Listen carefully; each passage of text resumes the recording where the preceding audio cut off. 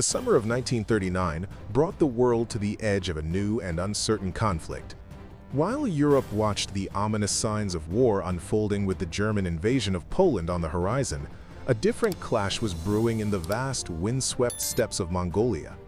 Here, along the banks of the Khalkhin-Gol River, two great powers of East Asia and the Soviet Union were preparing for a confrontation that would test their military skill, leadership, and resolve. It was a remote place, seemingly insignificant on the world map, yet it would become the stage for one of the most intense and meticulously fought battles of the late interwar period.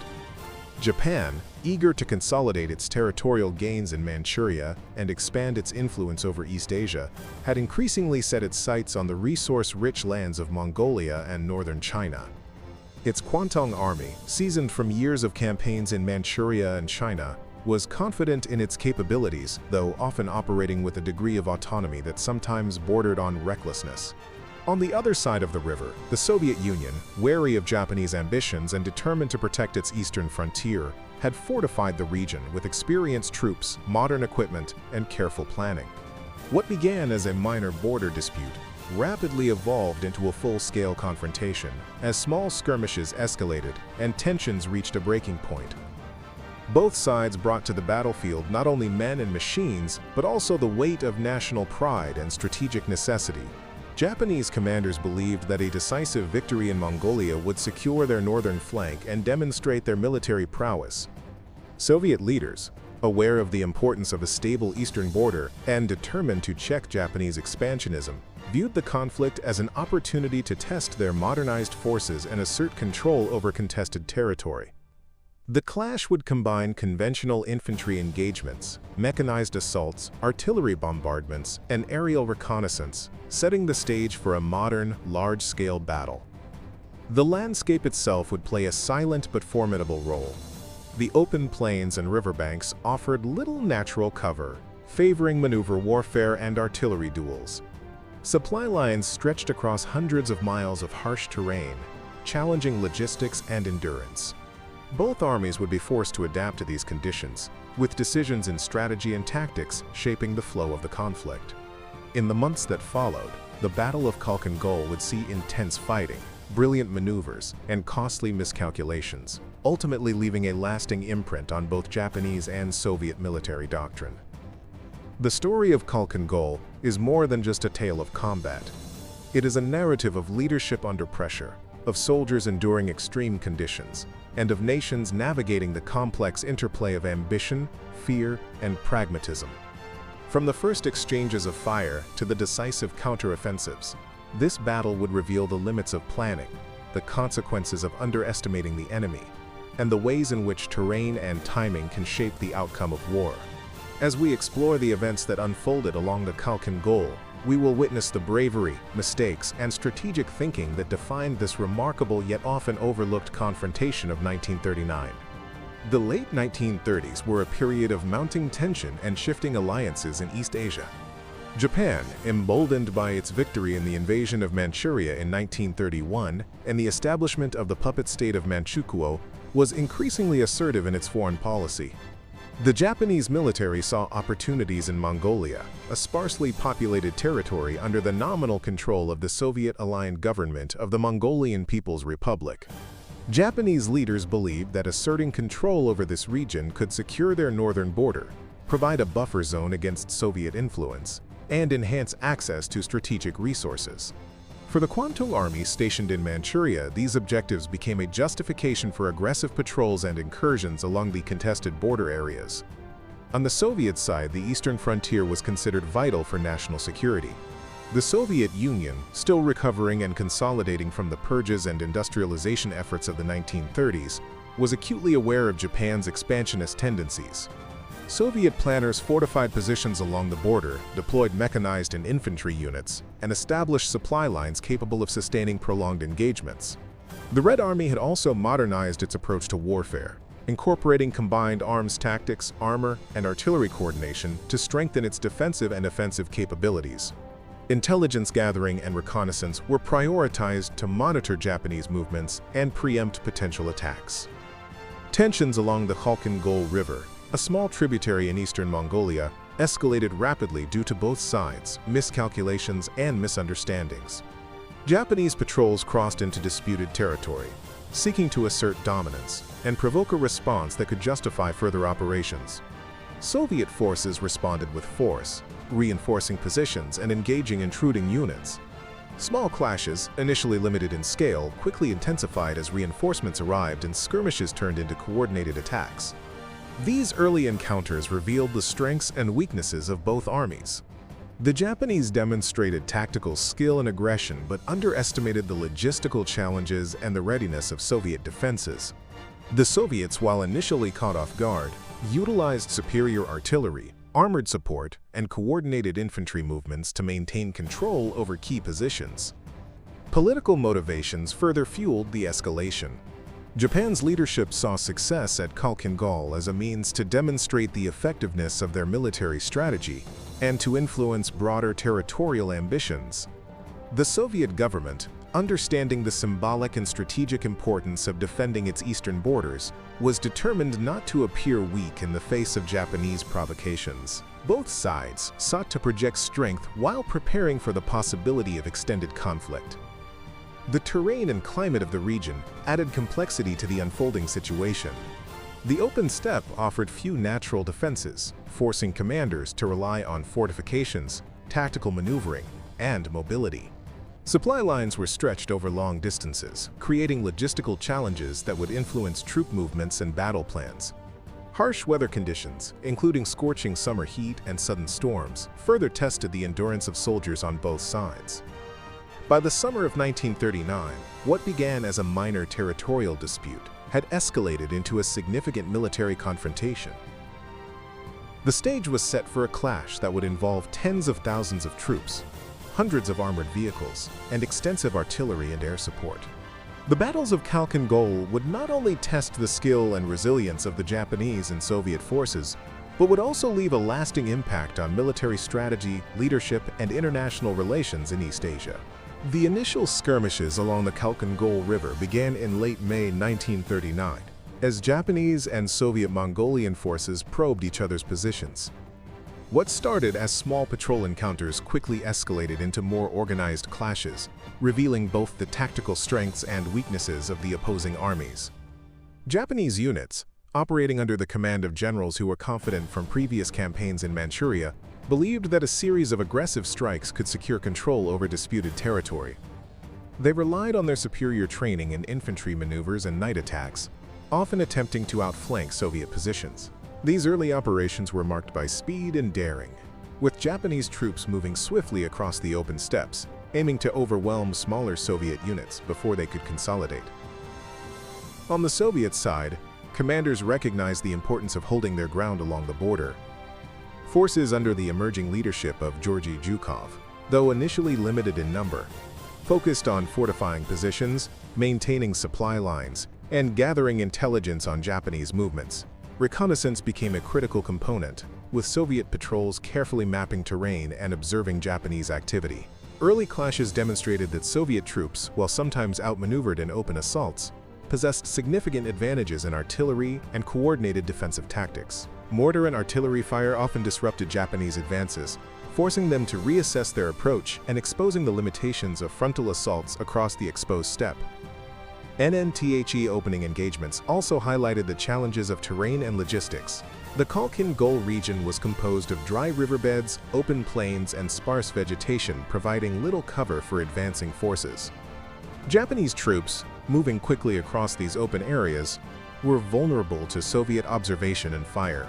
Soviet units, while better positioned for defensive operations, faced difficulties in resupplying forward positions due to the vast distances involved and the harshness of the summer environment. Heat and dust took a toll on soldiers and equipment alike, slowing the pace of operations and testing the endurance of both armies. During June 1939, the fighting intensified as both sides reinforced their positions. The Japanese brought in additional infantry units and light artillery, hoping to exploit perceived weaknesses in the Soviet lines. They conducted reconnaissance in force, probing Soviet defenses and attempting small-scale attacks to draw responses. Soviet commanders, anticipating these moves, implemented countermeasures that included well-placed machine gun nests, prepared artillery barrages, and mobile reserves capable of responding to Japanese advances. These skirmishes, though limited in scale, began to reveal patterns of combat and the tactical tendencies of each side. Leadership during these early clashes proved decisive. Japanese commanders emphasized bold, rapid maneuvers and aggressive engagement, often risking exposure to artillery and counterattacks. Soviet leaders, including Zhukov, demonstrated flexibility and coordination, integrating infantry, artillery, and limited armored support to counter Japanese tactics. The contrast between Japanese offensive initiative and Soviet disciplined defense set the stage for larger confrontations. Commanders on both sides learned from these encounters, adjusting formations, supply arrangements, and engagement strategies in preparation for the inevitable escalation. These initial skirmishes also affected morale.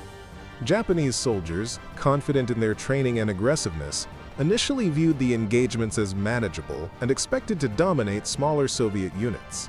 However, repeated exposure to well-coordinated artillery and counterattacks began to temper this confidence, introducing caution into their planning. Soviet troops, while sometimes forced into reactive positions, gained confidence from successfully repelling attacks and inflicting casualties, demonstrating that Japanese forces were not invincible. By late June, the clashes along Khalkhin Gol had escalated beyond mere border tensions. Both armies had committed significant resources, and the initial probing attacks had evolved into a series of continuous engagements. The Japanese realized that quick, decisive victories would not come easily, while Soviet commanders recognized the importance of preparing for larger operations. These early battles, though limited in scale, were critical in shaping the operational strategies that would dominate the coming months. They revealed the capabilities of both sides, tested leadership and logistics, and set the foundation for the intense and complex battles that would define the 1939 Khalkhin Gol campaign. By early July 1939, the conflict along the Khalkhin Gol River had moved beyond sporadic skirmishes into sustained operations, signaling a clear escalation of hostilities. Both the Japanese and Soviet Mongolian forces recognized that control over this disputed territory was not merely a matter of pride, but of strategic necessity. The Japanese Kwantung Army, confident in its previous successes in Manchuria, began implementing more elaborate plans designed to outflank and encircle Soviet positions. They relied on fast-moving infantry, supported by light artillery and cavalry units, attempting to exploit perceived weaknesses in Soviet deployment. The open plains of the steppe offered opportunities for maneuver, but also left troops exposed to artillery and counterattacks, highlighting the inherent risks of rapid offensive action. The Soviet command, under Georgy Zhukov, responded with a combination of defensive fortification and tactical adaptability. Recognizing that the Japanese favored bold frontal assaults and encirclement tactics, Zhukov ordered the construction of strong defensive positions along likely avenues of advance, integrating machine gun emplacements, artillery emplacements, and trenches to maximize firepower and resilience. Soviet units were instructed to hold firm and delay Japanese movements while awaiting reinforcements and additional armored support. Coordination between infantry, artillery, and reconnaissance became essential, with patrols constantly monitoring Japanese troop concentrations and reporting movements to higher command. Throughout July, the clashes intensified, with both sides committing increasingly larger formations to the battlefield. Japanese forces initiated a series of probing attacks, designed to test Soviet defenses and identify weak points. These engagements often involved rapid assaults by infantry columns, supported by mobile artillery, attempting to seize key terrain or disrupt supply lines. Soviet troops, however, demonstrated remarkable discipline in defense, using terrain to their advantage and carefully timing artillery strikes to disrupt Japanese advances. These confrontations, though localized, revealed the importance of logistics, communication, and timing in modern warfare. Reinforcements played a critical role in this period. The Japanese brought additional infantry brigades, engineers, and artillery batteries to bolster their offensive potential. Their objective was to achieve a decisive breakthrough by concentrating force against vulnerable Soviet positions, while maintaining the flexibility to respond to unexpected developments. The Soviets, anticipating this buildup, deployed armored units strategically to counter Japanese maneuvers. coordinating tank support with artillery barrages and infantry movements. The integration of armor, artillery, and infantry began to shape the operational dynamics of the battlefield, foreshadowing the more decisive engagements to come. Aerial reconnaissance and limited air support became increasingly important as both sides sought intelligence and tactical advantage. Japanese aircraft conducted scouting missions to identify Soviet concentrations and supply routes, while the Soviets deployed planes for observation, ground attack, and coordination of artillery fire. The contested airspace added a new dimension to the conflict, allowing commanders to adjust plans in near real time and highlighting the growing importance of air power even in regional conflicts. The escalation also revealed the human costs of sustained combat. Troops on both sides faced extreme heat, dust, and the constant threat of artillery and small arms fire. Supply lines were stretched to their limits, forcing commanders to carefully manage rations, ammunition, and medical support. Morale fluctuated, with Japanese soldiers initially confident but increasingly cautious as they encountered stubborn resistance, while Soviet troops gained confidence from successfully repelling attacks and maintaining cohesion under pressure. By mid-July, the stage was set for larger, more decisive engagements. Both the Japanese and Soviets had adapted to the conditions of the battlefield, tested the enemy's capabilities, and refined their strategies. The conflict was no longer a series of minor skirmishes. It had evolved into a fully fledged campaign characterized by coordinated operations, tactical innovation, and significant risk. The lessons learned during this phase about terrain, logistics, combined arms tactics, and leadership under pressure would shape the critical battles that defined the Khalkhin campaign and ultimately determine the outcome of the confrontation. By late July 1939, the battles of Khalkhin Gol had entered a critical phase. The initial skirmishes and probing attacks had evolved into full-scale engagements, with both the Japanese and Soviet Mongolian forces committing tens of thousands of troops to decisive operations. Japanese commanders, confident in their superior training and aggressive tactics, sought to achieve a breakthrough by encircling Soviet positions along key sectors of the river. They relied on rapid infantry advances, supported by artillery, light tanks, and cavalry, attempting to exploit perceived gaps in the Soviet lines. However, the Soviets had learned from the early clashes, fortifying positions, deploying reserves strategically, and integrating artillery and mechanized units to counter Japanese maneuvers. The terrain played a decisive role in shaping the course of these battles. The open steppes offered opportunities for rapid maneuver, but also left attacking forces highly exposed to artillery and defensive fire. Japanese columns advancing across the plains were often met with coordinated Soviet barrages, halting momentum and inflicting heavy casualties. Soviet machine gun nests and trench positions created strong defensive pockets, forcing Japanese units to adapt their tactics or risk encirclement. The combination of terrain, artillery, and disciplined defensive positions began to slow the Japanese advance, demonstrating the importance of preparation and flexibility in modern combat. Several engagements during this period proved pivotal. Japanese attempts to outflank Soviet positions were met with well-timed counterattacks and concentrated firepower. On multiple occasions, Japanese forces penetrated initial lines, only to be trapped in kill zones created by Soviet artillery and infantry coordination. These encounters highlighted the growing sophistication of Soviet combined arms tactics, as infantry, armor, and artillery were employed in concert to maximize effectiveness. Meanwhile, Japanese units, while demonstrating remarkable bravery and cohesion, began to suffer from attrition and the limitations of extended supply lines. Commanders faced the constant challenge of maintaining offensive momentum while sustaining casualties and logistical pressure. Leadership decisions became increasingly decisive. Georgy Zhukov, recognizing the importance of controlling the initiative, directed reserves to threaten sectors, coordinated counteroffensives, and leveraged intelligence to anticipate Japanese maneuvers. Japanese commanders, while aggressive and bold, struggled to adapt to the evolving battlefield conditions and the Soviets' growing coordination. These differences in command flexibility began to influence outcomes on multiple fronts, with Soviet forces slowly gaining the upper hand in key sectors. Artillery and armored support played a crucial role in the pivotal battles of this phase. Soviet tanks, though fewer in number than the infantry, were deployed strategically to blunt Japanese attacks and exploit weaknesses during counterattacks.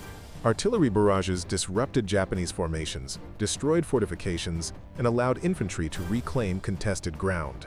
The Japanese, lacking sufficient armored support and often relying on frontal assaults, found themselves vulnerable to concentrated fire. Coordination between Soviet artillery observers, infantry units, and tanks created a synergy that steadily eroded Japanese offensive capacity. The human dimension of these battles was immense.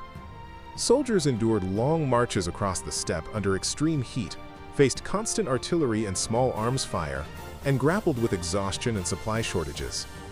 Morale fluctuated sharply.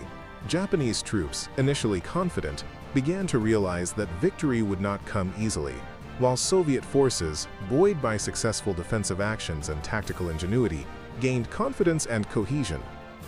The fierce combat and high casualties underscored the intensity and significance of the conflict, leaving a profound impact on those who fought. By the end of July, the pattern of engagement had shifted decisively. Japanese attacks, though brave and skillful, were increasingly contained by Soviet defenses and countermeasures. The Soviets, leveraging terrain, coordination, and growing reinforcements, began to dictate the pace and direction of operations. The battles of this phase demonstrated the evolution of both armies, strategies, the importance of command flexibility, and the impact of modern combined arms tactics. The stage was now set for the Soviet counteroffensive, which would ultimately determine the outcome of the Khalkhin Gol campaign and reshape the strategic calculations of both nations in East Asia. In early August 1939, the Soviet forces under Georgy Zhukov launched a decisive counteroffensive along the Khalkhin Gol River, marking a turning point in the conflict. After weeks of defensive engagements, reconnaissance, and careful preparation, Zhukov had amassed sufficient forces to execute a coordinated assault designed to encircle and destroy the Japanese units entrenched along the river. The plan relied on simultaneous attacks from multiple directions, combining infantry, artillery, and armor to overwhelm the Japanese defenses. Detailed planning, precise timing, and strict discipline were essential to the operation, reflecting the Soviets' methodical approach to breaking the stalemate that had persisted throughout July. The counteroffensive began with concentrated artillery barrages aimed at Japanese positions, softening defenses and creating opportunities for infantry and mechanized units to advance. Soviet artillery, positioned strategically along ridges and concealed in trenches, unleashed devastating fire, targeting strongpoints, supply depots, and machine gun nests. These barrages disrupted Japanese formations and inflicted significant casualties, forcing many units to fall back or regroup under extreme pressure. Observers coordinated closely with forward units to adjust fire in real time, ensuring maximum effectiveness. This level of coordination demonstrated Zhukov's ability to integrate firepower and maneuver, a lesson that would influence later campaigns in the Soviet Union. Infantry assaults followed immediately behind the artillery, exploiting weakened positions and attempting to break through Japanese lines. Soviet soldiers advanced under cover, using terrain features for protection while maintaining relentless pressure. The coordination between infantry and tanks proved decisive, as armored units spearheaded attacks into gaps created by artillery bombardments. Japanese defenders, despite their bravery and tactical skill, were ill-prepared for the scale and intensity of the Soviet assault. Encirclement maneuvers executed with precision cut off Japanese units from reinforcements and supply lines, isolating them and reducing their ability to respond effectively. Tanks played a critical role in the counteroffensive. Soviet armored units advanced along flanks and through identified weak points, using mobility and firepower to disrupt Japanese formations. The Japanese, with limited anti-tank capabilities and lacking sufficient mechanized support, were forced to respond with infantry counterattacks under heavy fire, often with little effect. The combination of tanks, infantry, and artillery allowed the Soviets to maintain pressure across a wide front, gradually constricting Japanese positions and denying them opportunities to regroup. Coordination and timing were critical, and the Soviets executed each phase with careful precision, demonstrating superior operational planning. Air support, though limited, contributed to the effectiveness of the counteroffensive. Soviet aircraft conducted reconnaissance, ground attacks, and artillery spotting missions, providing commanders with valuable intelligence and disrupting Japanese movements. Japanese air units attempted to respond, but Soviet control of the skies in key sectors allowed for uninterrupted observation and close coordination with ground forces. The integration of air power, while not decisive alone, enhanced the efficiency and effectiveness of the broader offensive operations. The human cost of the counteroffensive was severe. Intense combat, exposure to artillery, and exhaustion from continuous operations took a toll on both sides. Japanese soldiers faced encirclement, dwindling supplies, and relentless pressure, leading to declining morale and increasing casualties. Soviet troops, though better coordinated and supported, also endured harsh conditions, fatigue, and the stresses of sustained offensive operations. The high stakes of the counteroffensive underscored the determination of both sides and the intensity of the battle for control over Khalkhin Gol. By mid-August, the Soviet counteroffensive had achieved its objectives. Japanese forces were largely contained, with significant units encircled and neutralized. The operation demonstrated the effectiveness of coordinated combined arms tactics, superior planning, and flexibility in command. Soviet control of key terrain and decisive maneuvering had shifted the balance of power on the battlefield. The success of the counteroffensive marked a turning point in the Khalkhin Gol campaign, highlighting the vulnerabilities of Japanese tactics when confronted with well-prepared, integrated opposition, and setting the stage for the Japanese withdrawal that would follow in the coming weeks. By late August 1939, the Japanese forces along the Khalkhin Gol River were forced into a strategic withdrawal. After weeks of relentless Soviet counteroffensives, coordinated artillery strikes, and armored assaults, the Japanese units had suffered significant losses in manpower, equipment, and morale. The encirclement of key formations and the disruption of supply lines had left commanders with little choice but to retreat in order to preserve the remnants of their forces. The withdrawal was executed under difficult conditions, as troops navigated the open steppes under constant threat of Soviet pursuit and artillery fire, making it one of the most challenging operational maneuvers of the campaign. The human and material cost of the conflict became starkly evident during the retreat. Japanese units abandoned vehicles, artillery, and supplies to maintain mobility, while soldiers struggled with exhaustion, injuries, and heat. Many units were forced to leave behind the dead and wounded, a grim testament to the intensity of the fighting. Morale had plummeted, and the psychological impact of being decisively repelled by Soviet forces weighed heavily on both troops and commanders. Despite these hardships, discipline among remaining units prevented total collapse, allowing a portion of the Japanese army to withdraw in an organized manner, avoiding complete annihilation. On the Soviet side, the victory at Khalkhin Gol was the result of careful planning, coordination, and effective execution of combined arms tactics. Soviet forces successfully exploited Japanese weaknesses, particularly in mobility, logistics, and armored support, achieving encirclement and attrition of enemy formations. The integration of infantry, artillery, and tanks, supported by reconnaissance and limited air power, demonstrated the effectiveness of coordinated operations and provided valuable experience for future campaigns. Soviet casualties were significant, yet the operation highlighted the Red Army's growing competence and the leadership capabilities of Georgy Zhukov, whose planning and adaptability had been decisive in securing victory. Politically, the aftermath of Khalkhin Gol had profound consequences. For Japan, the defeat challenged the prevailing confidence of the Kwantung Army and prompted reassessment of strategic priorities. Japanese leaders concluded that northern expansion into Soviet territory carried unacceptable risks, influencing a shift towards southern expansion and the eventual confrontation with Western powers in Southeast Asia. The battle also exposed the limitations of Japanese tactical doctrine, particularly in terms of coordination between infantry, armor, and artillery, and highlighted the importance of intelligence, logistics, and flexibility in modern warfare. For the Soviet Union, the victory reinforced the importance of preparedness, fortification, and integration of combined arms tactics. It secured the eastern frontier, strengthened the Soviet-Mongolian alliance, and demonstrated that the Red Army could effectively repel an aggressive, experienced adversary. The battle boosted morale within the military and provided valuable lessons that would inform the development of operational and strategic doctrines in the coming years. The legacy of the Japanese withdrawal extended beyond immediate military outcomes. It marked a decisive end to large-scale hostilities along the Khalkhin Gol and effectively stabilized the contested border. The retreat also had long-term implications for Japanese-Soviet relations, contributing to the Neutrality Pact signed between the two nations in 1941, which allowed Japan to focus on southern expansion without the immediate threat of Soviet intervention. The strategic consequences of the withdrawal reshaped regional calculations and underscored the significance of Khalkhin Gol as a decisive and influential campaign. By the end of August 1939, the battlefield was firmly under Soviet control. The Japanese withdrawal, though orderly, symbolized the limits of their ambitions in the region and the effectiveness of well-coordinated defensive and offensive operations.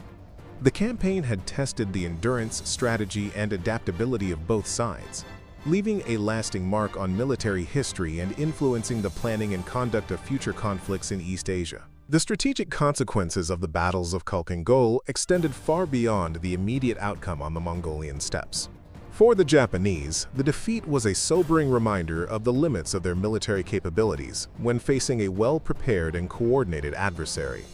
The loss forced Japanese military planners to reconsider their expansionist strategies, effectively ending serious contemplation of a northern campaign against the Soviet Union. Instead, Japan shifted focus towards southern expansion into China, Southeast Asia, and ultimately the Pacific, where resources and weaker opposition offered more promising opportunities. The experience at Khalkhin Gol highlighted critical weaknesses in Japanese doctrine, particularly the lack of integrated combined arms operations, insufficient armor support, and underestimation of the enemy's capacity for rapid, organized counteroffensives. For the Soviet Union, the victory at Khalkhin Gol validated reforms in military organization, planning, and command execution.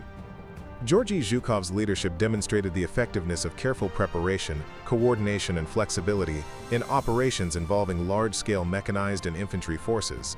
The success boosted the morale and confidence of the Red Army, proving that even a battle against a skilled, aggressive opponent could be decisively won through disciplined tactics and operational planning. Lessons learned in maneuver warfare, combined arms coordination, and the integration of reconnaissance and artillery would influence Soviet doctrine in subsequent conflicts, including the immense battles on the Eastern Front during World War II. The outcome of Khalkhin Gol also affected international perceptions. The battle demonstrated that the Soviet Union was capable of defending its eastern frontier and projecting power effectively, which influenced Japanese calculations in both diplomacy and military strategy. Adolf Hitler took note of the engagement, recognizing that Japan, having suffered a defeat against Soviet forces, was unlikely to join a northern offensive against the USSR.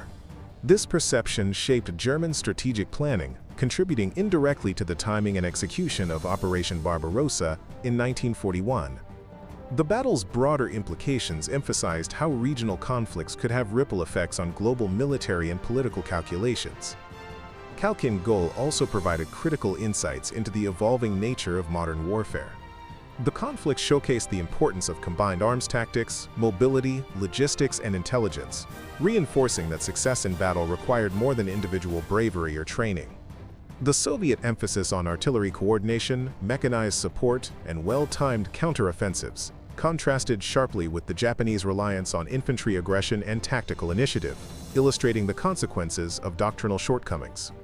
Both sides emerged from the campaign with lessons that would inform their planning, training, and equipment development for years to come.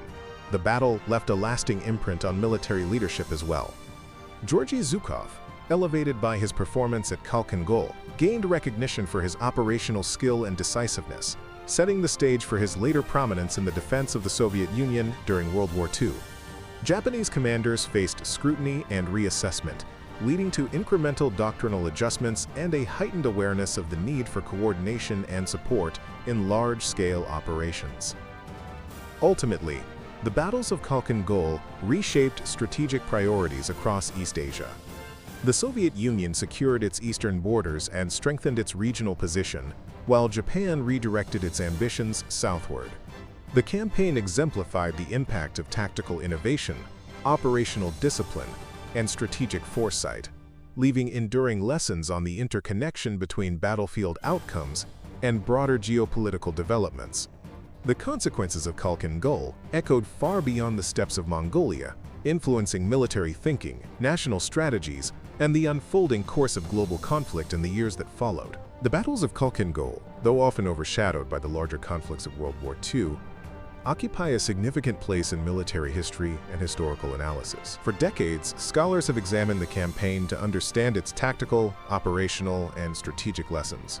The battle demonstrated the evolution of modern warfare in the late 1930s, highlighting the effectiveness of combined arms operations, the importance of logistics, and the decisive impact of leadership and planning. Historians note that the conflict was not simply a border skirmish, but a carefully fought campaign that tested the doctrines and capabilities of both Japanese and Soviet forces in a real combat environment. In Russia, Khalkhin Gol is remembered as a formative moment for the Red Army. The campaign provided practical experience in coordinating infantry, artillery, and armored units, and showcased the talents of commanders like Georgy Zhukov. His leadership, marked by meticulous planning and flexible execution, became a model for subsequent Soviet operations during the Second World War. The battle reinforced the value of preparation, intelligence, and adaptability, lessons that would prove critical in the enormous engagements on the Eastern Front. Soviet narratives emphasized the discipline, resilience, and tactical ingenuity displayed by their forces, framing the campaign as an early example of Soviet military professionalism in the modern era. In Japan, the battle is often viewed through the lens of strategic recalibration. Although the Kwantung Army demonstrated courage and tactical skill, the defeat underscored the limitations of Japanese operational doctrine when confronted with a well-prepared, combined arms opponent.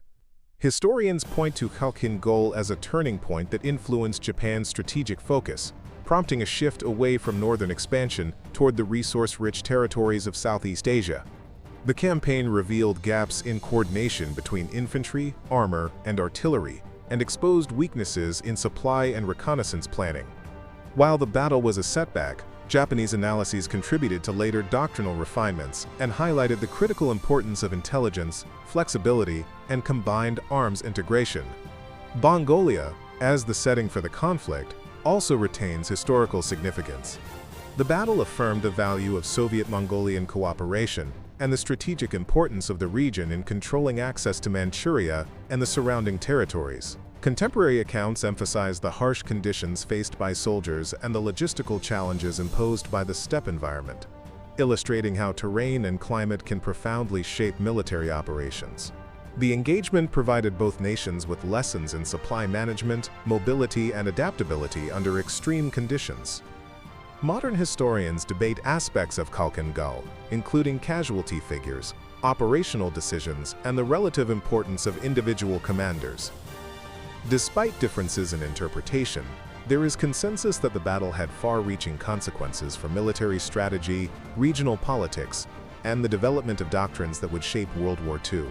The campaign stands as a case study in the effective use of combined arms tactics, the necessity of flexible leadership, and the critical role of logistics and planning in modern warfare.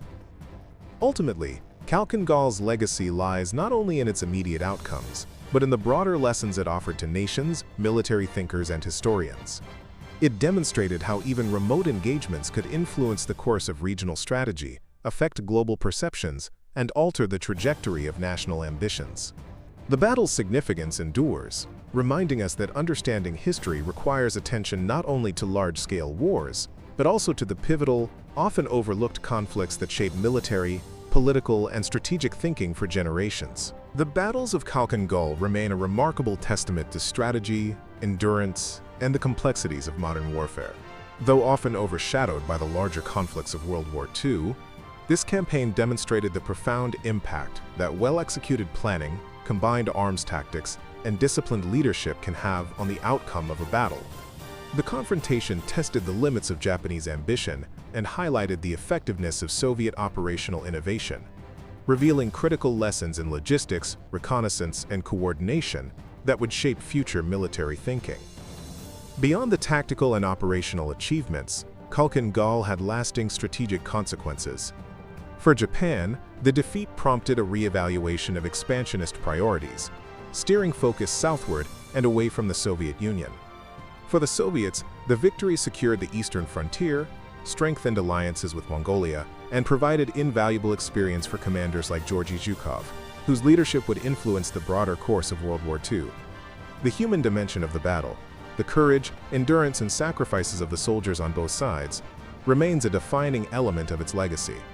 Khalkhin Gol serves as a reminder that even in remote regions, the outcome of conflict can reshape national strategies, alter geopolitical calculations, and leave enduring lessons in military history. Its significance endures as a symbol of tactical brilliance, resilience, and the far-reaching consequences of war,